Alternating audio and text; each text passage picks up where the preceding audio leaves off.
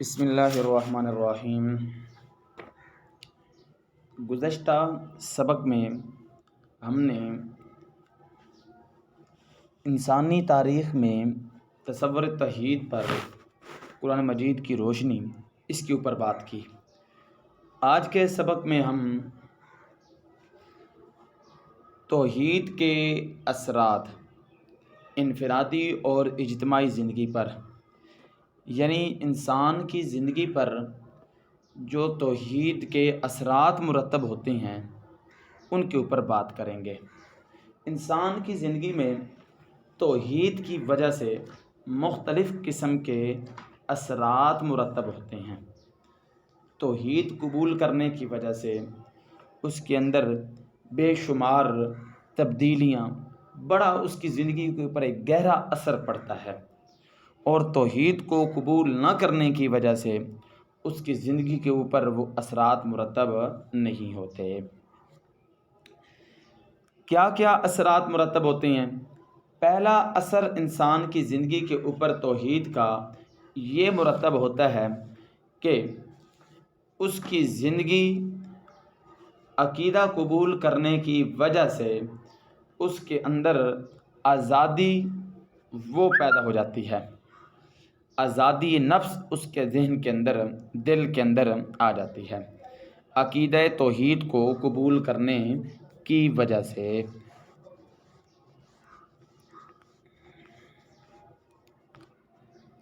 عقیدہ توحید کو قبول کرنے کی وجہ سے اس کے اندر آزادی کا تصور آ جاتا ہے۔ دیکھیں، میں ایک آپ کو مثال دوں۔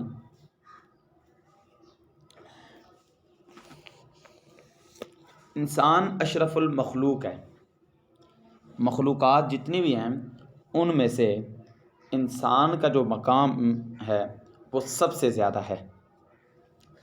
اب یہ انسان سارے کے سارے، مثلا جتنے بھی انسان ہیں وہ سارے کے سارے آپس میں کیا ہیں؟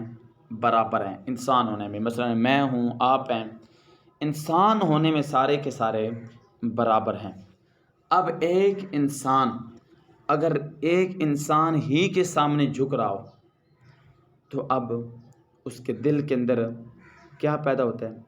اس کے دل کے اندر ایک کمی پیدا ہو جاتی ہے کہ وہ غلاموں کی طرح ایک کے سامنے جھک رہا ہے، کم تری کا شکار ہو جاتا ہے، اور اپنی عزت جو ہے، عزت وہ کھو بیٹھتا ہے۔ تو جب انسان عقیدہ توحید کا قائل ہوتا ہے، انسان عقیدہ توحید کا قائل ہوتا ہے تو اس کے ذہن کے اندر یہ جو عزت نفس ہے وہ اس کی مجروح نہیں ہوتی، اس کی خودداری وہ مجروح نہیں ہوتی، اس کی خودداری اور عزت وہ محفوظ رہتی ہے۔ اور اگر ایک انسان اپنے جیسے انسان کے سامنے جھک رہا ہو، مثلا آپ نے اپنے کسی رشتہ دار سے، بھائی سے کچھ پیسے لینے ہوں، روپے پیسے لینے ہوں، اپنا حق ہی مانگنا ہو، ادھار نہیں، اپنا حق ہی مانگنا ہو، تو آپ کو شرم محسوس ہوتی ہے، یار میں اس سے مانگوں، کیسے مانگوں؟ اور اگر ویسے اسے بھیک مانگنی ہو تو کتنا انسان کے اوپر گراں گزرتا ہے۔ تو یہ انسان کے اندر ایک عزت نفس ہے، تو کسی کے سامنے جھک جائے تو اس کی عزت نفس کیا ہوتی ہے؟ مجروح ہوتی ہے۔ نمبر 2، یہ جو انسان کے عقائد ہیں توحید کا، یہ انسان کا اس بات کی طرف پختہ کر دیتا ہے کہ اس کا جو خدا ہے وہ تمام طاقتوں کا مالک ہے، اس کے اندر طاقتیں ہیں، اب کوئی بندہ مجھے نفع نقصان نہیں پہنچا سکتا۔ کیوں بھائی؟ نفع نقصان کسی کے ہاتھ میں نہیں ہے، نفع نقصان کس کے ہاتھ میں ہے؟ میرے پروردگار کے ہاتھ میں۔ تو اس کو قبول کرنے کی وجہ سے، عقیدہ توحید کو قبول کرنے کی وجہ سے اس کے اندر شجاعت اور بہادری پیدا ہو جاتی ہے، اور عزت نفس اور خودداری پیدا ہو جاتی ہے۔ کیوں؟ وہ خدا تعالیٰ سے ڈرنے والا ہوتا ہے اور کسی اور سے وہ ڈرنے والا نہیں ہوتا۔ نمبر 3،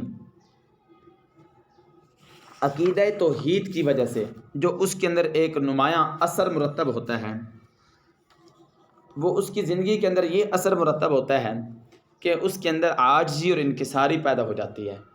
کیوں؟ میرا اپنا کچھ نہیں ہے، یہ سب میرے پروردگار کا دیا ہوا ہے، یہ سب میرے پروردگار نے مجھے دے رکھا ہے۔ جب اس کے دل کے اندر یہ عزت نفس اور عاجزی اور انکساری پیدا ہو جاتی ہے تو اللہ پاک بھی اس سے راضی اور خوش ہوتے ہیں۔ کیوں؟ اللہ پاک فرماتے ہیں الکبر ردائی، تکبر میری چادر ہے۔ اس کے اندر کوئی گھسنے کی کوشش کرتا ہے، داخل ہونے کی کوشش کرتا ہے تو میں اس کو نیست و نابود کر دیتا ہوں۔ نمبر 4، عقیدہ توحید رکھنے والا آدمی وہ تنگ نظر نہیں ہوتا، اس کی نظر بڑی گہری ہوتی ہے، اس کی اللہ تبارک و تعالیٰ اس کو بڑی وسعت نظر عطا کر دیتے ہیں۔ کیوں بھائی؟ وہ اس وجہ سے وہ یہ سمجھتا ہے کہ میں خدا تعالیٰ کا نائب ہوں، اور واقعتاً انسان کو اللہ پاک نے اپنا نائب بنا کر بھیجا ہے۔ تو چلیں یہاں پر آپ کو علامہ اقبال کا ایک شعر ہے وہ سنا دیتا ہوں۔ نہ تو زمین کے لیے ہے نہ آسماں کے لیے ہے، اے انسان نہ تو زمین کے لیے ہے نہ تو آسماں کے لیے ہے، جہاں ہے تیرے لیے تو نہیں جہاں کے لیے۔ اے انسان تو جہاں کے لیے نہیں بنا ہوا، یہ جہان، یہ زمین، یہ آسمان یہ تیرے لیے بنا ہوا ہے۔ اب اس کے اندر یہ وسعت پیدا ہو جاتی ہے، میں خدا کا نائب ہوں، خدا نے مجھے زمین کے اوپر بھیجا ہے، اس کے اندر وسعت نظر پیدا ہو جاتی ہے۔ کتاب والا کہتے ہیں وہ سب کو اپنی ذات کی طرح ایک ہی مالک کی ملکیت، ایک ہی بادشاہ کی رعایا سمجھتا ہے، اس کی ہمدردی، محبت اور خدمت کسی دائرے کی پابند نہیں رہتی، اس کی نظر ویسی ہی غیر محدود اور وسیع ہو جاتی ہے جیسے خدا تعالیٰ کی بادشاہی غیر محدود اور وسیع ہے۔ کیوں بھائی؟ ایک بادشاہ ہوتا ہے، ایک اس کا نائب ہوتا ہے، بادشاہ اپنے پیچھے نائب کو اپنی کرسی پر بٹھا کر جاتا ہے، تو اب نائب کیا کرتا ہے؟ وہ صرف چند لوگوں کو دیتا ہے؟ نہیں، جس طرح بادشاہ سارے لوگوں کے اوپر کرم نوازی کر رہا ہوتا ہے تو نائب بھی اسی طرح کرتا ہے اگر کوئی وہ انسان ہو۔ اسی طرح یہ جو انسان ہے، یہ جب اللہ تبارک و تعالیٰ کا نائب بنتا ہے تو پھر یہ بھی اللہ تبارک و تعالیٰ کی طرح اس کی بھی نظر وسیع ہو جاتی ہے، وہ غیر محدود ہو جاتی ہے، وہ کسی چھوٹے بڑے کے لیے نہیں ہوتی، سب کے لیے کیا ہوتی ہے؟ برابر ہوتی ہے۔ عقیدہ نفس، عقیدہ توحید قبول کرنے والا اس کا نفس پاک ہو جاتا ہے اور نیک عمل کرتا ہے، کیونکہ نیکی اور کامیابی کا جو معیار ہے وہ نیک عمل کرنے کے ساتھ ہے۔ اس کو خدا تعالیٰ پر یقین رکھتا ہے کہ وہ بے نیاز ہے، کسی سے کوئی رشتہ نہیں رکھتا، بغیر طرفداری کے عدل کرنے والا ہوتا ہے، انصاف کرنے والا ہوتا ہے، کسی کو اس کی خدائی میں کوئی اختیار نہیں ہے۔ آگے جی، عقیدہ توحید رکھنے والا انسان وہ کبھی مایوس اور کم ہمتی کا شکار نہیں ہوتا کہ وہ مایوس ہو جائے، پتہ نہیں کیا بنے گا، کیا ہوگا، کیسے ہوگا۔ نہیں، عقیدہ توحید رکھنے کا قائل وہ انسان خدا تعالیٰ پر ایمان رکھتا ہے جو زمین اور آسمان کے تمام خزانوں کا مالک ہے، جس کا فضل و کرم بے حد و حساب ہے۔ یار وہ اتنا کچھ دینے والا ہے، میرا جملہ سن لو یاد آئے گا، وہ اتنا کچھ دینے والا ہے، اتنا کچھ دینے والا ہے کہ جو اس کے ماننے والے ہیں ان کو بھی دیتا ہے، جو اس کے نہیں ماننے والے ان کو بھی وہ دیتا ہے، اور جو نہ ماننے والے ہیں ان کو وہ زیادہ دیتا ہے۔ وہ ایسا کرم نواز ہے، وہ ایسا دینے والا ہے۔ عقیدہ توحید کا قائل اس کے اندر اللہ پاک قناعت، تھوڑی سی چیز پر راضی ہونا، بے نیازی کی شان کو پیدا کر دیتا ہے۔ ہرس، ہوس، رشک، حسد، ان سارے جذبات کو اس کے ذہن کے اندر سے نکال دیتا ہے۔ کیوں؟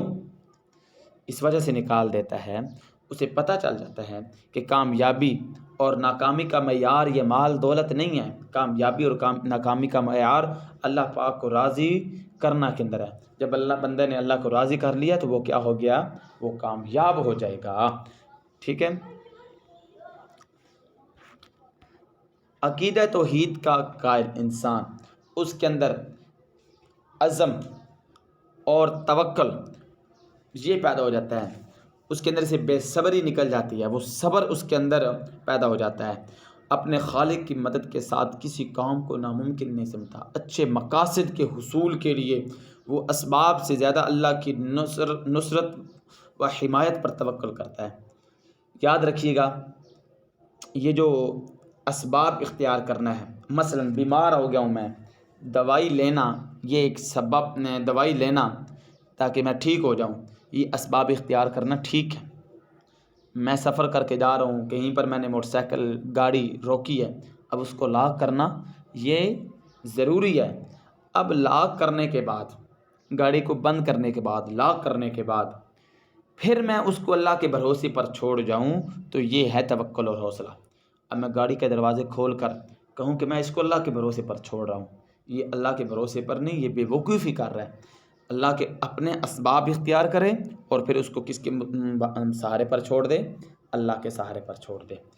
اور عقیدہ توحید کا انسان بہادر ہوتا ہے، بزدلی اس کے ذہن سے نکل جاتی ہے۔ بزدلی کیوں آتی ہے؟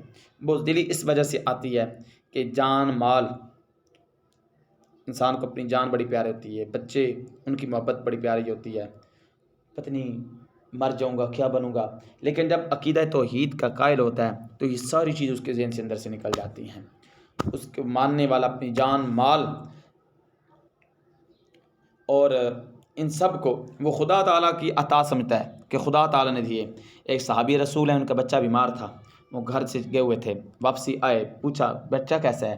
بیوی نے کہا کہ پہلے سے بہتر ہے۔ رات گزاری، صبح ہوئی، بیوی نے کہا آپ کا جو بیٹا تھا، آپ کے پاس کوئی بندہ امانت رکھوائے اور وہ اپنی امانت واپس لے لے تو کیا خیال آپ امانت واپس کریں گے؟ کیوں نہیں، امانت واپس کروں گا۔ تو کہا اللہ پاک نے آپ کو امانت دی تھی اور اللہ پاک نے اپنی امانت واپس لے لی ہے، جا کر کفن دفن کا انتظام کریں۔ یوں تو اب اس کے دل کے اندر اولاد کی محبت تھی، کوئی شک نہیں ہے، لیکن پتہ تھا کہ اولاد دینے والا کون؟ اللہ، اولاد لینے والا کون؟ اللہ۔ تو جب یہ بات ذہن کے اندر آ جاتی ہے تو پھر وہ کسی سے ڈرتا نہیں۔ توحید کا عقیدہ رکھنے والا انسان خدا کے قانون کا پابند ہوتا ہے، اس کے عقیدے کو مانتا ہے۔ خدا، میں اکیلے بیٹھا ہوا ہوں، گناہ کروں، لوگوں کے سامنے جاؤں، گناہ نہ کروں، کیوں بھائی؟ لوگ دیکھ رہے ہیں، اکیلے کوئی دیکھ نہیں رہا، اس کا مطلب مجھے لوگوں کا ڈر ہے، خدا کا ڈر نہیں ہے۔ جب یہ ہمارے دل کے اندر بات آ جائے گی نا کہ میں اکیلے بیٹھا ہوں، وہاں پر بھی میرا خدا دیکھ رہا ہے، لوگوں کے سامنے بھی میرا خدا دیکھ رہا ہے، تو پھر میں عقیدہ توحید کا صحیح طرح قائل ہو جاؤں گا۔ اور عقیدہ توحید کا جو بندہ قائل ہوتا ہے وہ اسی طرح کا قائل ہوتا ہے کہ وہ ظاہراً اور باطناً، دن اور رات، چھپ کر اور سب کے سامنے، وہ کوئی فرق نہیں رکھتا کہ مجھے یہاں پر رب کو دیکھ رہا ہے اور یہاں پر نہیں دیکھ رہا۔ یہ چند ایک انسان کی زندگی کے اندر عقیدہ توحید کے انفرادی اثرات مرتب ہوتے ہیں، اور کچھ انسان کی زندگی کے اوپر اجتماعی اثرات مرتب ہوتے ہیں۔ نمبر ایک، عالمگیریت، عالمگیر سب کے لیے عقیدہ توحید یہ ماننے سے، جب مان لیا تو ہم نبی پاک صلی اللہ علیہ وسلم کی امت بن گئے ہیں، امت کے اندر آ گئے ہیں، اور آپ صلی اللہ علیہ وسلم کی امت کی ذمہ داری کیا ہے کہ اس پیغام کو سب تک پہنچانا۔ چلیں یہ کتاب پر دیکھیں، انسانی معاشرے کی بنیاد مکمل عدل اور صحیح مساوات پر قائم۔ مکمل عدل، صحیح مساوات ایک خدا اور وحدت آدم اولاد کی حیثیت سے تمام انسانوں کی برابری کے تصور کے بغیر ناممکن ہے۔ تو عقیدہ توحید کی وجہ سے وہ انسان سب کے لیے کیا کرتا ہے؟ عدل کرتا ہے، کوئی اپنا ہو، پرایا ہو، بیگانہ ہو، سب کے لیے وہ کیا کرتا ہے؟ عدل کرتا ہے۔ اس کے ذہن کے اندر صرف یہی ہوتی ہے کہ میں سب کے لیے کیا کروں؟ عدل کروں۔ اس وقت اقوام میں افراتفری کا عالم ہے، نہ ان میں خدا مشترک نہ آدم، ہر قوم کا خدا الگ، اس کی نسل الگ، اس کی شریعت الگ، اس کے عقائد اخلاق جدا۔ ہر قوم اس کی علیحدگی کو نہ صرف قائم رکھنا چاہتی ہے بلکہ اس کی طاقت کو منوانا بھی چاہتی ہے۔ ظاہر ہے جب تک دماغوں میں یہ ٹیڑھا پن موجود ہے، ان قوموں میں اتحاد کے لیے کوئی مشترک رشتہ موجود نہیں ہے۔ مشترکہ رشتہ صرف ایک ہی ہو سکتا ہے، وہ یہ کہ سب ایک ہی خدا کو مان لیں۔ جب ایک ہی خدا کو سارے مان لیں گے، ایک ہی خدا کے سارے قائل ہو جائیں گے، تو پھر یہ درمیان کے اندر سے ساری چیزیں نکل جائیں گی۔ درمیان کے اندر سے جتنے یہ الگ نسلیں، یہ جو الگ الگ خدا بنا رکھے ہیں، الگ الگ اپنے عقائد ہیں، الگ الگ اپنے اخلاق ہیں، یہ جو سارا الگ الگ بنا رکھا ہے، یہ سارا درمیان سے نکل جائے گا اور سارے کے سارے وہ ایک اللہ تبارک و تعالیٰ کو ماننے والے بن جائیں گے. جب ایک ماننے والے کو بن جائیں گے تو پھر اسی کی عبادت کریں گے. تو یہ ہمارا پہلا جو باب ہے اس کے اندر توحید والا جو باب ہے وہ مکمل ہوا. توحید کے اندر ہم نے مختلف موضوعات پڑھے. نمبر 1 وجود باری تعالیٰ. نمبر 3 مختلف مذاہب میں توحید کا تصور. نمبر 3 مسلمان کی زندگی میں عقیدے کی اہمیت. نمبر 4 انسانی تاریخ میں تصور توحید. اور نمبر 5 انسان کی انفرادی اور اجتماعی زندگی پر توحید کا اثر. اس سے آگے رسالت والا سبق ہے وہ انشاءاللہ ہم نیکسٹ کلاس میں لیں گے.